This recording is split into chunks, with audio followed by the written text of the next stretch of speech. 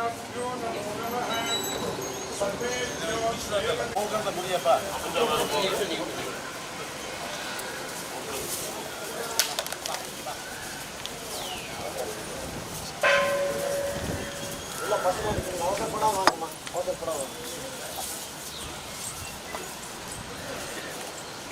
ध्यान परम शांतम निर्वागोद्भवो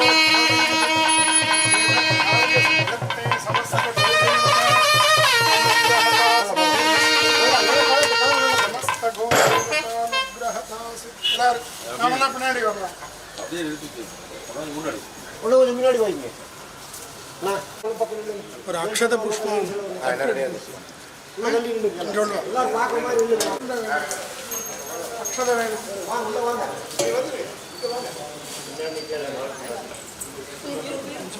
நீங்களுக்கு இந்த கொடி பார்த்து கட்டு போங்க உள்ள போங்க வாங்க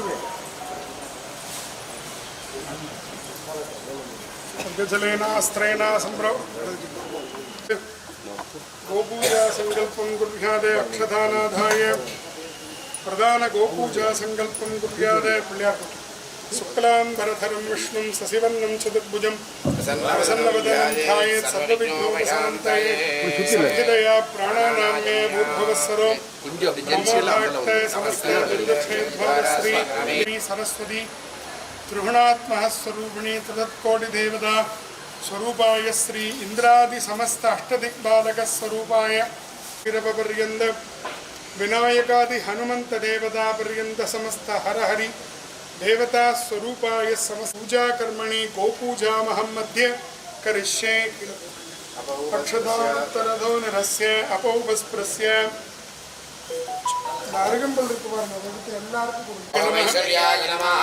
धर्माय नमः ओम अनंताय नमः ओम वासुदेवाय नमः ओम दक्षकाय नमः ओम कार्कोटकाय नमः ओम संघभालाय नमः ओम पद्माय नमः पुत्तगे नमः अष्टमहालक्ष्मी देव्यै नमः अभीष्टतानुग्रहेण सर्वाभीष्टसिद्धिरस्तु ओम गंगे यमुने चैव गोदावरी सरस्वती नर्मदा सिन्धु कावेरी जलेस्मिन् सन्निधिं कुरु हिरण्यवर्णां हरणीं सुवर्णरजतया चन्द्रां निर्मये लक्ष्मीमये श्रीर्मादेवेन्द्रदा भां सोऽसिदां हिरण्यप्राकारामार्द्राचलन्तेन्द्रतां दर्पयन्ते अग्नेन्द्रदां वचाहं प्रपद्ये लक्ष्मीर्मेणस्य दान्तं प्रणये आदित्यवर्णे तमसो जिदादो वनस्पतितम वृक्षोद बिल्वः तस्य फलानिदमदान गन्धद्वारान्तरादरिडानत्यपुट्टाङ्गरीषिणी मे गृहे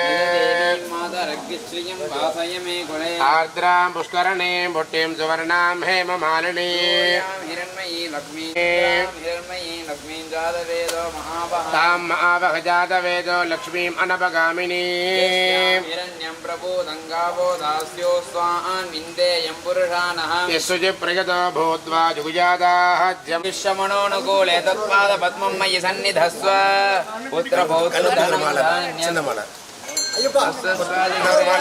प्रधानां भवसि माता आयुष्मन्तं करोतु मां धनमग्निर्क्रोधोरजमात्सर्यं नलोभो नाटुपामदिः भवन्ति कृतपुण्यानां भक्तानां श्रीसूक्तं जगवप्रिया लक्ष्मीं प्रियसखीं देवीं नमाम्यच्युतवल्लभां लक्ष्मी च विद्महे विष्णुपत्नी च धीमहि तन्नो लक्ष्मी प्रचोदयात्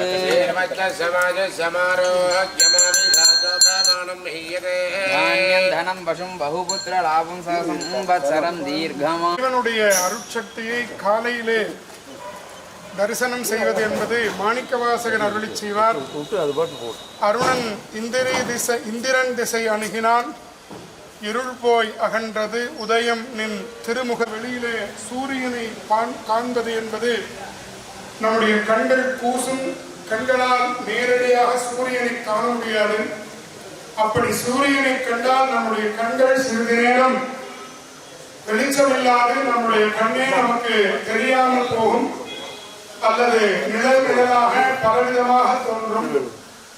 அப்படி நம்முடைய கண்களுக்கு ஏன் அம்மாதிரியான பிரகாசம் நம்மால் தாங்க முடியாதோ அதுபோல அதிகாலையிலே முதல் தரிசனத்தை நம்மால் காண முடியாது. இந்த முதல் தரிசனத்தை காணுகின்ற பேர்க்கினை பெற்றவர்கள் 33 கோடி தேவர்களாக விளங்கக்கூடிய கோமாதா.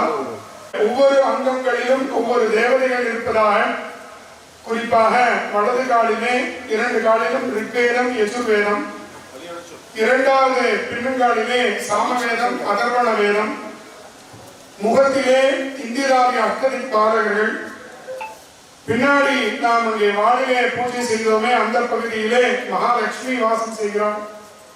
இப்படி கோமாதாவினுடைய ஒவ்வொரு அங்கத்திலும் ஒவ்வொரு தேவதைகள், அதாவது 33 கோடி தேவர்களும் அங்கே இருந்து அருள்பாலிப்பதாக நம்முடைய வேதம் சொல்லும்.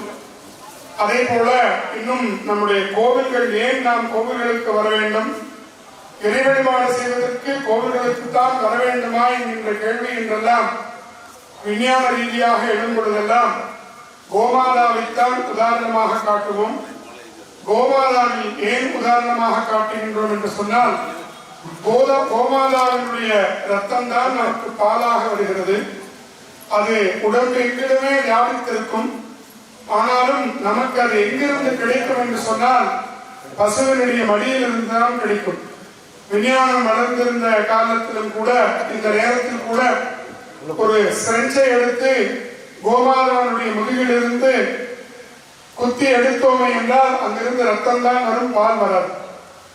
ஆனால் பால் எங்கிருக்கிறது என்பது நமக்கு தெரியும். இறைவனுடைய கோவில்களில் எப்படி அருள் இருப்பது போல கோமாதாவினுடைய மடியில் தான் இந்த பாலானது சுரக்கும். அது போலத்தான் நாம் இறைவன் எல்லா இடத்திலும் வியாபித்திருந்தாலும், இறைவன் தூணிலும் துரும்பிலும் எவ்விடத்திலுமே வியாபித்திருந்தாலும் கூட நமக்கு இறைவனுடைய ஆலயத்தில் இருந்துதான் இறைவனுடைய அருள் சக்தியை நாம் பெற முடியும்.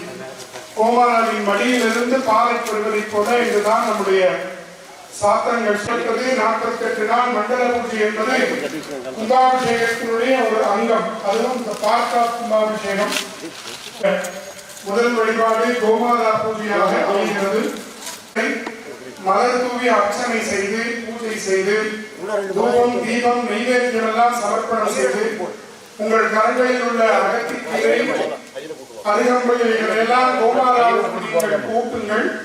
அதற்கு பிறகு இறைவனுடைய சன்னதியினுடைய திருத்திரையானது விலகியவுடன் கோமாதா தரிசனம் செய்து பிறகு நாம் எல்லாம் தரிசனம் செய்யலாம் என்பதாக சொல்லி அற்புத சிவாகமத்தில் கூறிய வண்ணமாக எல்லோரும் கோமாதா பூஜை செய்து கோவுக்கு பசும் புல்லும் அகத்திக்கீரையும் அளித்து அதனுடைய அருளால் நாம் அந்த கோபூஜையினுடைய பலனை பெற்று சிவதரிசனம் காண்போமாக என்று சொல்லி இப்பொழுது கோமாதாவினுடைய அங்கங்களில் அந்தந்த தேவதைகளை பூஜிக்கின்றோம். ஓம் ஞானாய நமஹ, ஓம் வைராக்யாய நமஹ, ஓம் ஐஸ்வர்யாய நமஹ, ஓம் பத்மாய நமஹ, பத்மஸ்யோபரி, ஓம் ஹ்ரீம் கோமஹாலக்ஷ்மியாசனாய நமஹ, ஓம் ஹ்ரீம் கோமஹாலக்ஷ்மீ மூர்த்தஜே நமஹ, ஓம் ஹ்ரீம் கோமஹாலக்ஷ்மீ நமஹ, ஓம் சந்தானலக்ஷ்மீ நமஹ, ஓம் விஜயலக்ஷ்மீ நமஹ, ஓம் நீதிலக்ஷ்மீ நமஹ, ஓம் வாமாதி நமஹ, ஓம் ஜேஷ்டாதி நமஹ, ஓம் ரௌத்ரே நமஹ, ஓம் காரணி நமஹ, ஓம் கலவிஹரணி நமஹ, ஓம் பரமிஹரணி நமஹ, ஓம் பரபிரமசரணி நமஹ, ஓம் சர்வபூதரணி நமஹ, ஓம் மனோன்மணி நமஹ, ஓம் ரிக்வேதாய நமஹ, ஓம் யஜுர்வேதாய நமஹ, ஓம் சாமவேதாய நமஹ, ஓம் அதர்வணவேதாய நமஹ, ஓம் கிருதயுகாய நமஹ, ஓம் திரேதாயுகாய நமஹ, ஓம் நமஹ, ஓம் கங்காதரமணி நமஹ, ஓம் வீரபத்ர ரிசூவே நமஹ, ஓம் விஸ்வவ்யாபினி நமஹ, ஓம் விஸ்வரூபிணி நமஹ, ஓம் அட்டமூர்த்தியாத்மிகாதி நமஹ, ஓம் அட்டதாரித்ரசமணி நமஹ,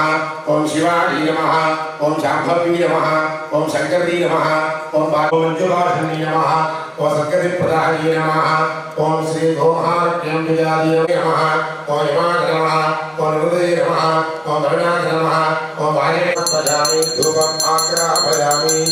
ஓம் அகோரேभ्यो घोरघोरतरेभ्यः सर्वेभ्यः सर्वधर्मेभ्यो नमस्ते अस्तु रुद्ररूपेभ्यः. ओम आर्योजाय नमः. धूपमाग्रापयामि प्रत्यक्षदीपं दर्शयामि.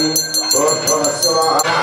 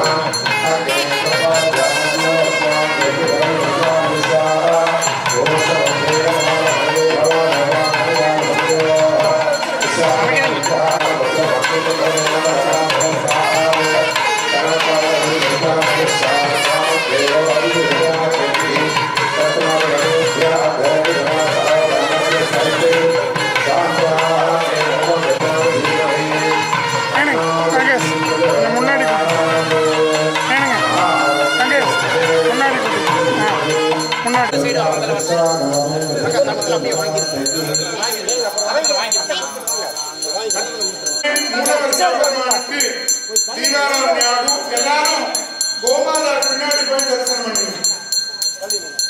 ஒரு கோடி சந்திரனின் ஒளியானவள் உலகாளும் கோமாதா வடிவானவள். ஒரு கோடி சந்திரனின் ஒளியானவள் உலகாளும் கோமாதா வடிவானவள். கருவாக்கி உருவாக்கி நம்மை காப்பவள். கருவாக்கி உருவாக்கி நம்மை காப்பவள். காலமெல்லாம் நமக்கு துணையானவள்.